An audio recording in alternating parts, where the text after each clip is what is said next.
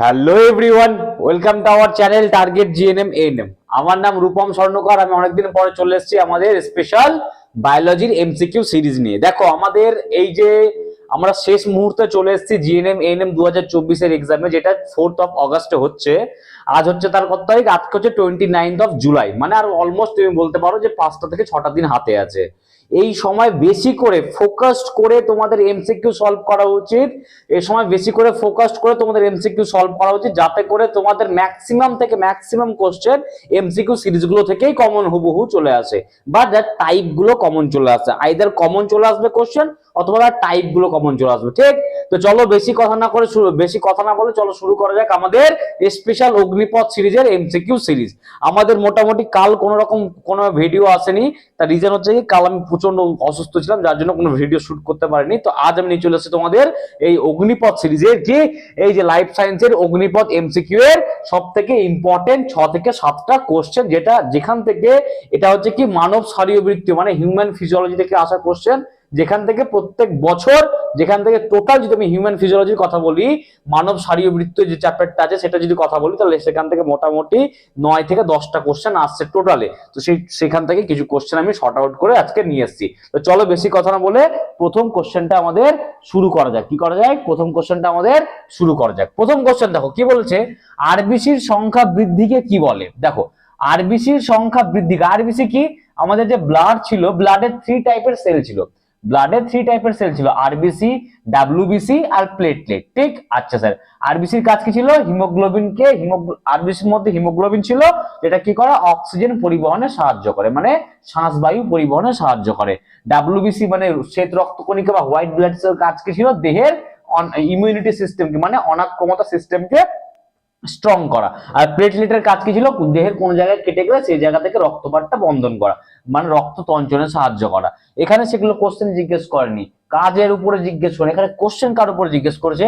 যদি বলেছে কোনোভাবে আরবিসির সংখ্যা ব্লাডের মধ্যে বেড়ে যায়, আরবিসির সংখ্যা যদি কোনো একটা সিচুয়েশন হয় যাতে আরবিসির সংখ্যা নর্মাল যে ছিল তার থেকে বেড়ে গেল, রক্তের মধ্যে আরবিসির যে সংখ্যা ছিল তার থেকে আরবিসির সংখ্যাটা বেড়ে গেল, তখন সেই কন্ডিশনটাকে কি বলে? সেই কন্ডিশনটাকে কি বলে? লিউকেমিয়া? না, লিউকেমিয়া বলে না। লিউকেমিয়া কাকে বলে? ডাব্লিউবিসির পরিমাণ কমে যাওয়াকে, মানে শ্বেত রক্তকণিকার পরিমাণ কমে যাওয়াকে। এখানে আরবিসির, আবার বলছি, লিউকেমিয়া কাকে বলে? ডাব্লিউবিসির পরিমাণ কমে যাওয়াকে। এখানে ডাব্লিউবিসির সম্বন্ধে বলেইনি, এখানে বলেছে আরবিসির সংখ্যা বৃদ্ধি পাওয়াকে।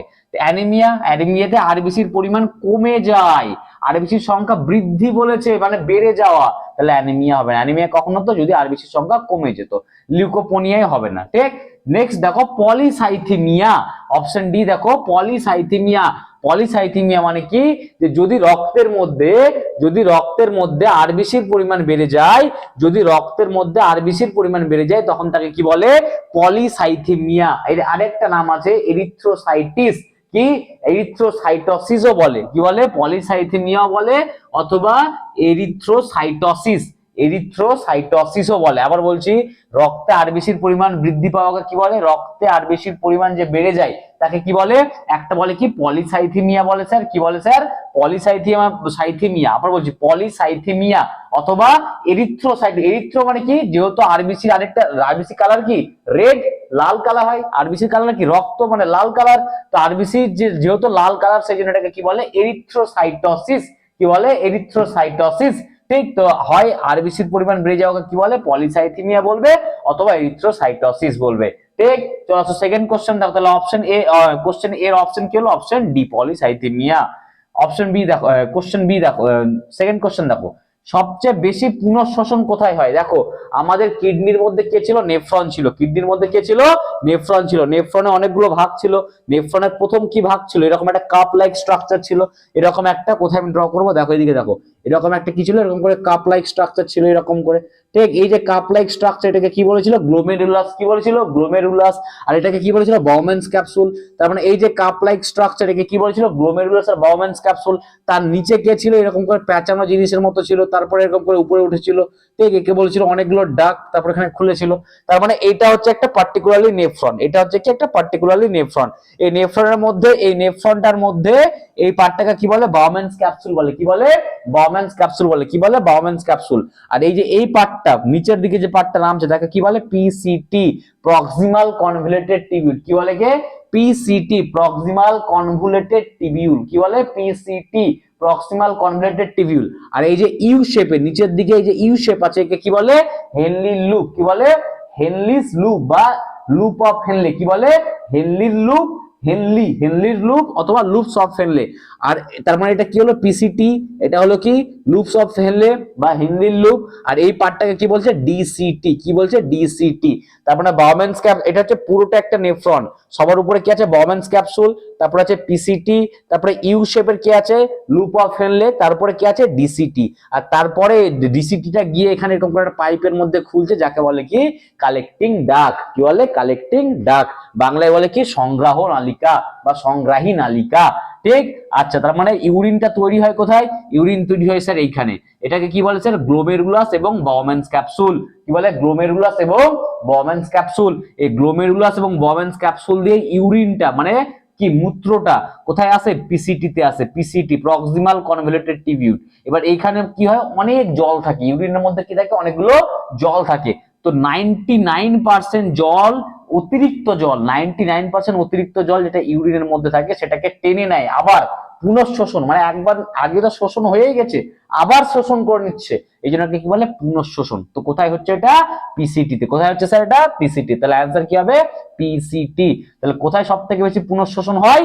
পিসিটি তে, প্রক্সিমাল কনভলিউটেড টিবিউল। এবার দেখো সবচেয়ে বেশি পুনঃশোষণ কোথায় সংঘটিত হয়? অপশন দেখো, পিসিটি। দেখো অপশন বি তে কি আছে? পিসিটি।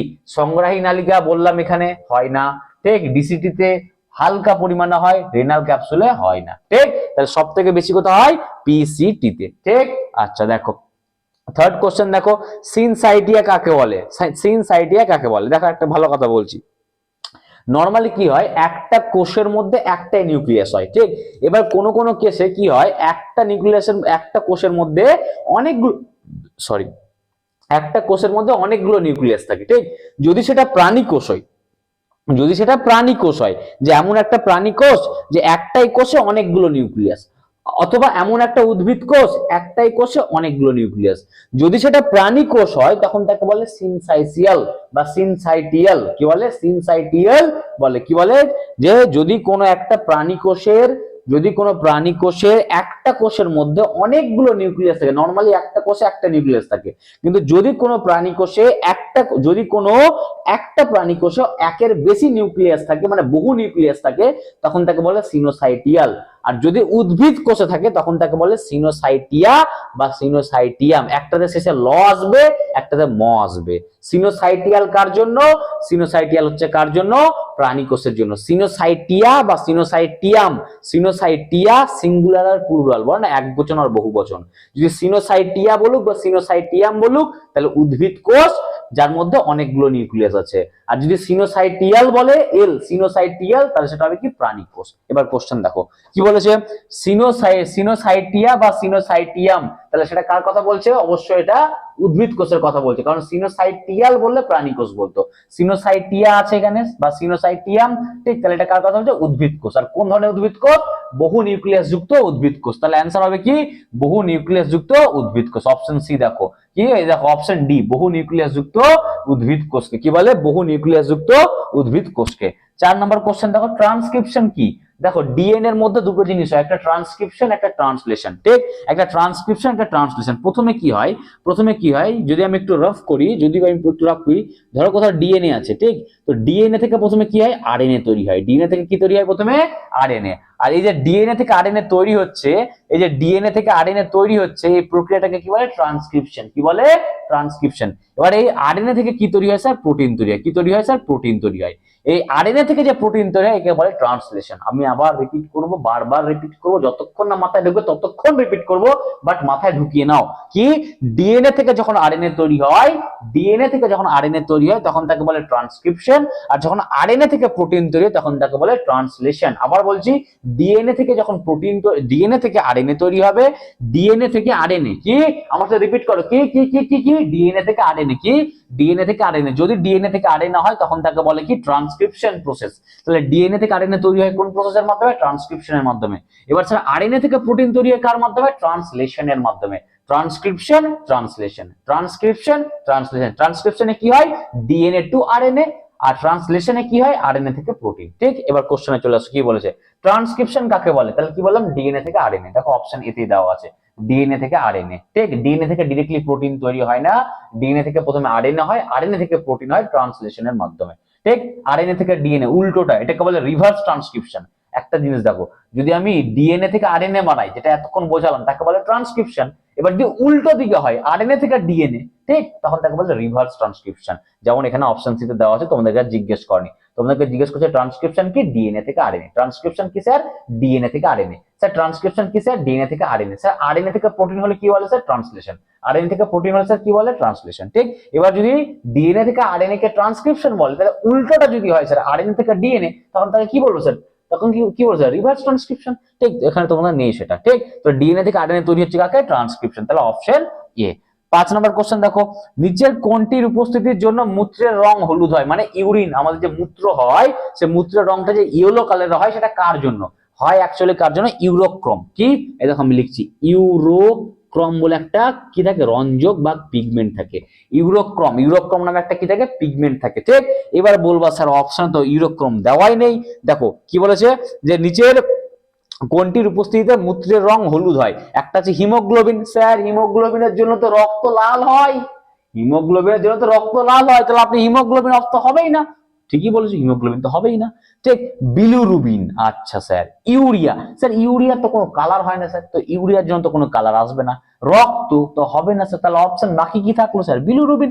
এবং সত্যি বিলিরুবিনই হবে, কারণ আমাদের যে লিভার আছে না, আমাদের যে লিভার আছে, আমাদের লিভার কি বানায়, বিলিরুবিনকে বানায়। কাকে বানায়, এই বিলিরুবিনটাকে বানায়। আর এই বিলিরুবিনটাই যখন ভেঙে যায় ইউরিনের মধ্যে, এই বিলিরুবিনটাই যখন কিডনির মধ্যে সে ভেঙে যায় লিভার থেকে, আবার বলছি, আমাদের লিভার বা যকৃৎ কি বানায়, বিলিরুবিন বানায়। আমাদের লিভার বা যকৃৎ কি বানায়, বিলিরুবিন বানায়। সেই বিলিরুবিন যখনই কিডনিতে আসে, সেই বিলিরুবিনটা ভেঙে গিয়ে ইউরোক্রোম বানিয়ে নেয়। সেই বিলিরুবিনটা ভেঙে গিয়ে কি বানিয়ে দেয়, ইউরোক্রোম। আর এই ইউরোক্রোমটার জন্য কি হয়, আমাদের ইউরিনটা কি হয়ে যায়, আমাদের ইউরিনটা ইয়েলো কালার বা হলুদ কালারের হয়ে যায়। তাহলে যদি বলে যে রক্তের বলছে মূত্রের যে ইয়েলো কালার কার জন্য হচ্ছে, বিলিরুবিনও বলতে পারো বা ইউরোক্রোমও বলতে পারো। ইউরোক্রোম তৈরি হয় কিভাবে স্যার, বিলিরুবিন ভেঙে গিয়ে ইউরোক্রোম বানায়। তাহলে এখানে যদি বিলিরুবিন অপশন থাকে, তাহলে বিলিরুবিন মারবা, যদি ইউরোক্রোম থাকে তো ইউরোক্রোম মারবা। এখানে ইউরোক্রোম নেই, কি দেওয়া আছে, বিলিরুবিন, তাহলে অ্যান্সার হবে কি, বিলিরুবিন। ঠিক, লাস্ট কোশ্চেন, ফাইনাল কোশ্চেন, ভালো করে দেখো। মাইট্রাল কপাটিকা, যাকে বলে কি, দ্বিপত্র কপাটিকা, এর আরেকটা নাম কি, মাইট্রাল কপাটিকা আরেকটা নাম কি, দ্বিপত্র কপাটিকা। কপাটিকা দু ধরনের পড়েছিলাম আমরা, ত্রিপত্র কপাটিকা, দ্বিপত্র। ত্রিপত্র মানে কি স্যার, যদি এরকম থাকে তিনটে মাসেল লেয়ার থাকে, তখন তাকে বলে ত্রিপত্র। আর যদি সেরকম দুটো লেয়ার থাকে, তখন তাকে বলে দ্বিপত্র। তো এই যে দ্বিপত্র কপাটিকা, এরই আরেকটা নাম কি, মাইট্রাল কপাটিকা। দ্বিপত্র কপাটিকার আরেকটা নাম কি স্যার, মাইট্রাল কপাটিকা। দ্বিপত্র কপাটিকা আরেকটা নাম কি স্যার, মাইট্রাল কপাটিকা। ঠিক, থাকে কোথায় স্যার, থাকে কোথায়, আমাদের বাম অলিন্দ এবং বাম নিলয়ের মাঝে। থাকে কোথায়, আমাদের বাম অলিন্দ এবং বাম নিলয়ের মাঝে। দেখো আমি ড্র করে একটু দেখানোর চেষ্টা করছি, একটু দেখো ভালো করে, এখনই মাথায় চলে যায়, আমি পড়িয়েছি এগুলো হিউম্যান হার্টে। দেখো আমাদের যদি হিউম্যান হার্টকে আমি এরকম করে ড্র করার চেষ্টা করি, হিউম্যান হার্টকে যদি আমি এরকম করে ড্র করার চেষ্টা করি, যে 4টা চেম্বার আমি ড্র করলাম, তো আমি যদি এটা ডান দিকে দাঁড়াই, তাহলে এটা আমার কি হলো, ডান অলিন্দ। তার মানে এটা কি হয়ে গেল, ডান অলিন্দ। তাহলে এটা কি হবে, বাম অলিন্দ। আচ্ছা, আচ্ছা, ডানের নিচে ডান থাকে তো ডান নিলয়, আর বামের নিচে বাম থাকে, তাহলে বাম বাম কি নিলয়। ঠিক, তা ডান অলিন্দের নিচে ডান নিলয়, বাম অলিন্দের নিচে বাম নিলয়।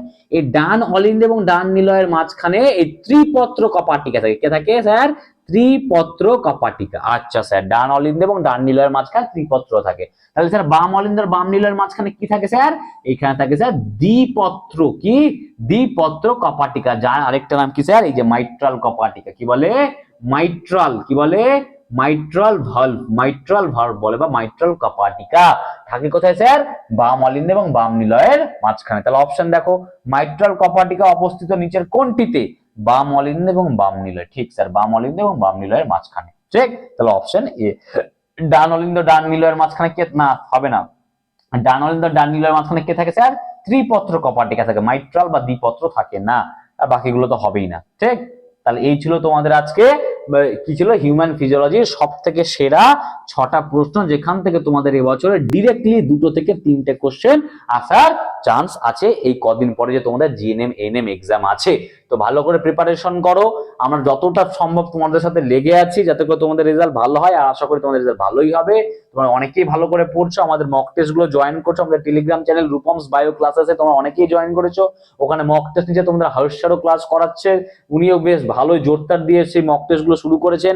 ঠিক, তোমরা ভালো করে জোর দাও যাতে করে তোমাদের এই বছরে সিলেকশন হয়ে যায় গলায় স্টেথোস্কোপটা ঝুলে এবং নার্সিং কলেজে তোমরা এবছরই পৌঁছে যেতে পারো। তো চলো ভালো করে পড়াশোনা করো, যদি ভিডিওটা ভালো লাগে তো লাইক করো, শেয়ার করো, সাবস্ক্রাইব করো।